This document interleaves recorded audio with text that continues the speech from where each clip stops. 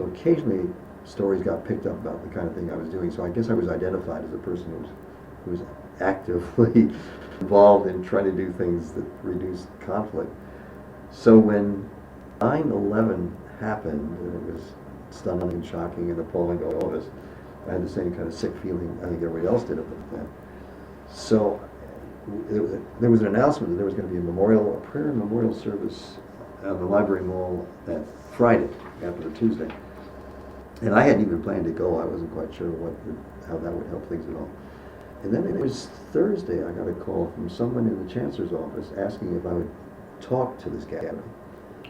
And it had never occurred to me, to be a speaker at this. I wasn't a prominent university official. It's going to be something like this. And it would be the Dane County and the university. So it was going to be the mayor or some prominent person. So I was a little puzzled that they called me. And at the point, my response was pretty dumb. I said, well, I have a dentist appointment. I don't think I can make it. And whoever at the other end says, well, do you think you could break your dentist appointment? And at that point, it occurred to me, maybe all the stuff that I'd been through could give a message of some kind. And so fairly briefly, I called and said I'd cancel my dentist appointment and try to figure out what I would say. And it occurred to me at that point that the fact that I had been to memorial services about following the deaths of innocent civilians gave me kind of a story to tell. And so in the talk, which I gave in front of what was said to be the largest assembled crowd in university history, I mentioned what had happened and put it into context. So if I could just read from my statement. Please do. Last Tuesday, September 11, 2001, those of us watching television saw something we had never seen before.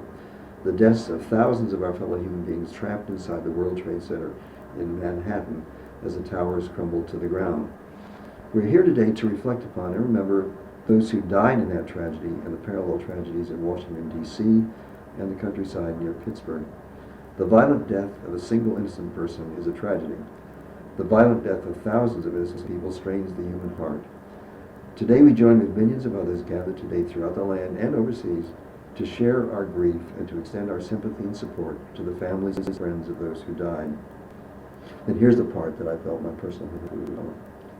This is the third time in 3 years that I have participated in a memorial service for the victims of terrorism.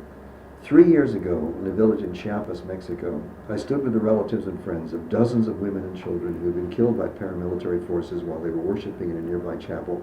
There were flowers and pictures of the dead. 6 months ago, this is Vietnam, halfway around the world, I stood with the relatives and friends of hundreds of fellow human beings whose lives had been snuffed out in a single morning of horrible violence. There were flowers and pictures of the dead. Each of these memorial services has been different in terms of loss of life. The earlier 2 memorial services pale, but not into insignificance. In each case, the lives of innocent people ended cruelly and permanently. In each case, the perpetrators of killings have remained at large. In each case, the call for justice has gone unanswered. Perhaps from this tragedy, we with other nations can build institutions that will prevent future acts of terrorism and will apprehend and bring to justice those involved in acts of terrorism. Perhaps from this tragedy, we can develop effective means of discovering the root causes of terrorism and address those root causes. Perhaps as an outcome of the tragedy, with the application of reason, patience, wisdom, and compassion, we can, with the other nations of the world, build cultures and institutions that will prevent a recurrence not only in the United States, but anywhere in the world of what happened Tuesday, September 11, 2001. Perhaps we can work together to build a world where there will be a justice. Today we remember those who died last Tuesday. We pray that they did not die entirely in vain. In this tragedy, we, with other nations of the world, can build a web of information sharing that will make it impossible for terrorists to perpetrate similar tragedies in the future.